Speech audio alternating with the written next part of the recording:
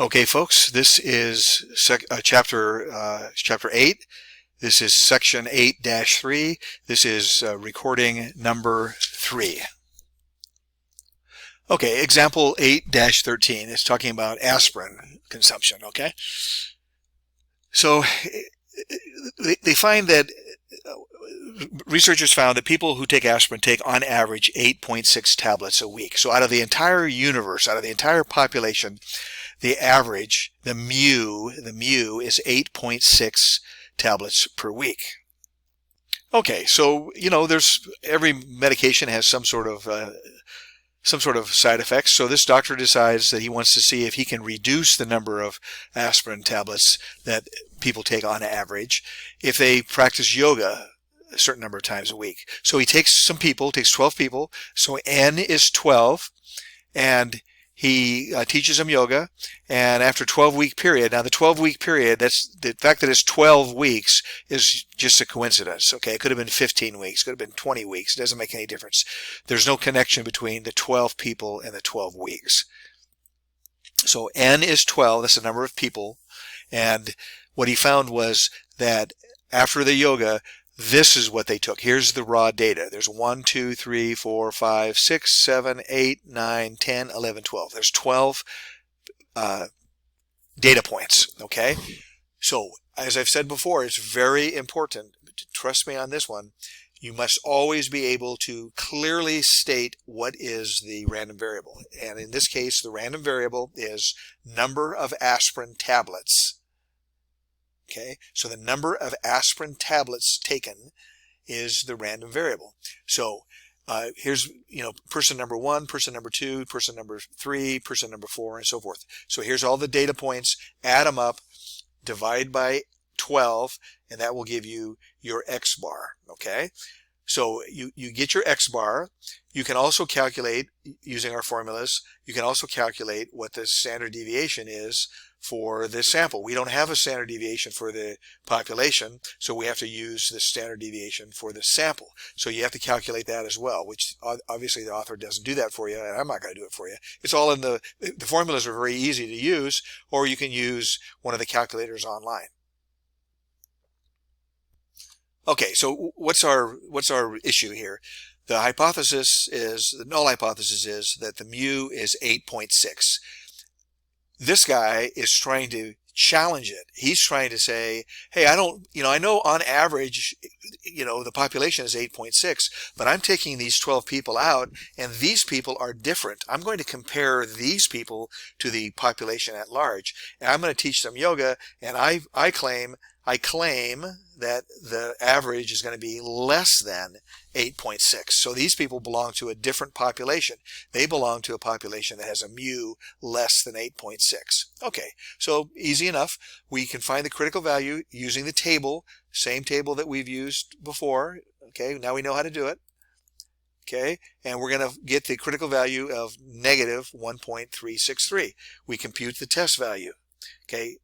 Again, write down the formula every time, plug in the numbers, and here's what you come up with. So the critical value right here, negative 1.363, that's your critical value. Your test value that you just calculated is right here, negative 2.63. So now you make the decision. Well, it's an easy decision, of course, because you are over here in the reject region. So you reject the null hypothesis. So there's enough evidence to support the claim that there's enough evidence to reject the null hypothesis. So that supports the claim, okay? That supports the claim that the mu is less than 8.6 if you take yoga. Okay, so the author also wants to talk a little bit about using the p-values. How do we do the p-values for the t-tests? It's just like before. We're going to use the table that we have, the same table that I have been using during this video. Here's the table F, we're going to use that, okay? However, it's not quite practical because you don't have exact values, right? For the z-test, you have very, very precise values. Well, now we have these kind of, very coarse values. We're going from, for a one-tailed test, for example, we go from 10% alpha to 5% alpha to 2.5% alpha. So it's not as easy, okay? So that's why usually people in the business would be using calculators or computers to do this, okay? So it's not that easy. To find the specific p-values for t-tests, you're going to need a table similar to table E. Table E is the standard normal distribution table. Let me show you that. It's real quick. Okay, so this is table E. That's the Z table, standard normal table. So as you can see, it's very precise, levels of the areas. Okay. All right.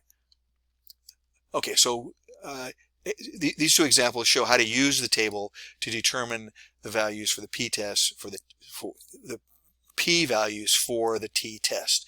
So find the p-value when the t-test value is 2.056, the sample size is 11, and the test is right-tailed. Okay, so you remember what the p-value is. The p-value is the actual probability of obtaining that particular test value or greater, more extreme.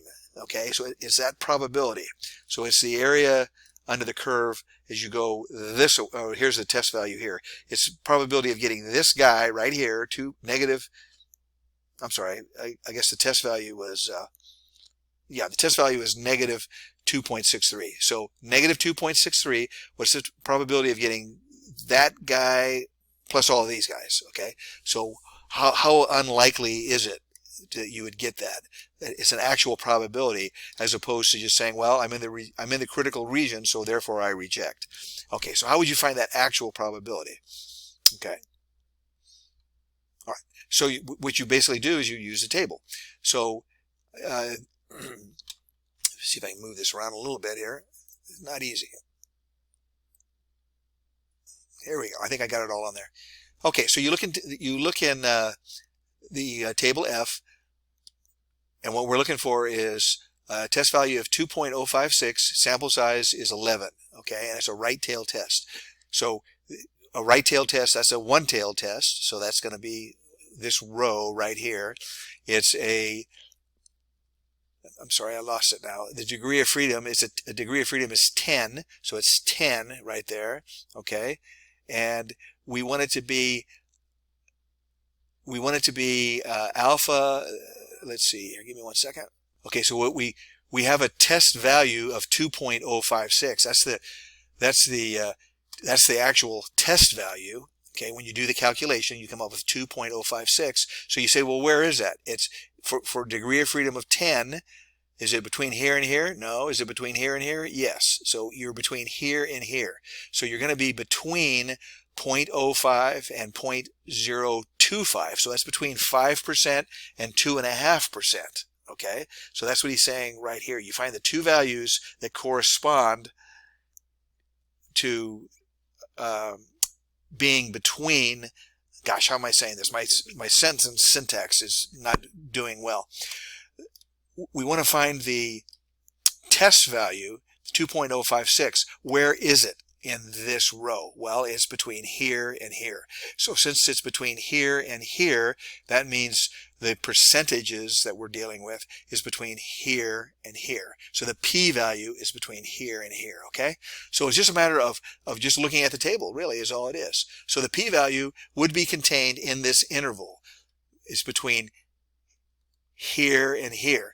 Now, we Americans, we read from left to right, so we would like to have the smaller value. It's 2.5% and it's 5%. Typically, what we do is we do it from left to right. We want to have the smallest guy on the left-hand side. Okay, so that's why he has it like this. It's between 2.5% and 5%. Okay, so the p-value is somewhere between 2.5% and 5%. So if alpha were 0.05, if that's what you picked, you would reject the null hypothesis since the p-value is less than 0.05. If alpha were 0.01, if it was at 1%, you would not reject the null hypothesis since the p-value is greater than 0.01, right? Here's the p-value. It's bigger than 2.5%. It's bigger than 1%, okay? It's bigger than, 2.5%, okay? All right, so I'll leave the next one to you. Okay, and he's mentioning here the book, we're going to give you the actual values because those are typically calculated by either a calculator or a web program. Okay. Okay, so now we're going to talk about how to test the hypotheses. How do we test the hypothesis using the p-value method? Okay. All right, so it's going to be basically the same idea, just make a small adjustment. I'll let you read that yourself, but let's go ahead and take a look. We're talking about using the jogger's oxygen, okay? So, doctor claims that joggers, their maximal, in other words, their maximal volume oxygen uptake is greater than average of all adults. So what are we doing? We're comparing a sample to the population. The sample is all the joggers. I guess it wouldn't be a sample. It would be, what he's trying to say is, hey, joggers are different from the population, okay? All adults would be the entire population. Joggers would be according to this guy, is a separate population. Okay, so a random sample of 15 joggers has a mean of 40.6, okay? So the X bar is 40.6. The random variable is oxygen uptake, okay? And it has a standard deviation of 6. So N is 15, X bar is 40.6, S is 6. So you have everything you need to know. The average of all adults, the mu, right here, the mu is 36.7. So is there enough evidence to support this claim if you use alpha of 0.05, 5% error budget? And we assume it's normally distributed. So this part here should be very, very straightforward for you. You've done enough of these where you should be able to do this very simply. You know, you have a null hypothesis, you have an alternative hypothesis, you come up with a test value, you get that, okay? You don't need the critical value because we're going to use the p-test, or p-value. So you don't need the critical value. But here we go. It's 2.57, 2.517. Okay, so now we need to find out what is the probability of getting this as a test value. Well, if it's not on your calculator, which we're not using a calculator right now, we have to go to the tables. So I'm going to bounce back over to the other screen. Okay, so I'm sorry, I may be repeating myself a little bit. So you come up with the test value. Here it is, 2.517, and we bounce over to the other table. There's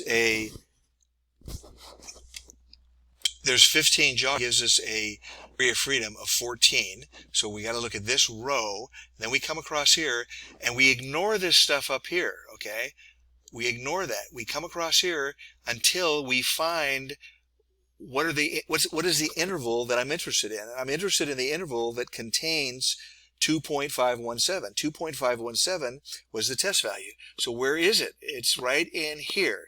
It's between this guy and this guy, right?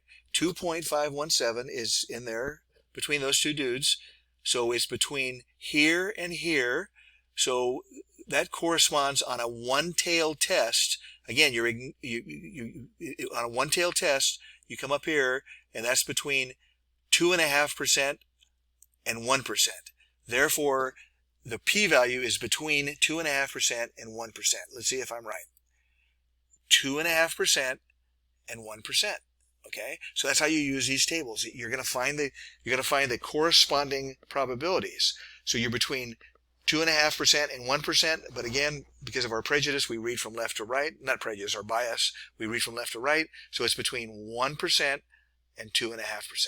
Okay, and then what he's saying here is, well, if you do it on a calculator, you get a more exact number. Okay, so if you're between 1 and 2.5%, we're going to reject the null hypothesis because our error budget is 5%.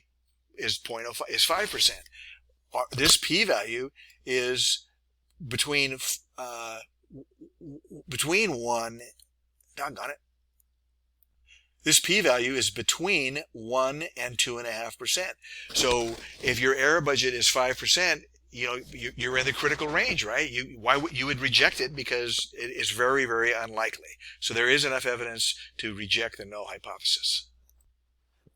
Okay, real quick here. Here's a little summary here. I'm going to let you read that. Here's a little flow chart that actually kind of lays it out for you. I commend this to your attention. I think it's very worthwhile, and that's the end of this tape. And that's the last tape of this section.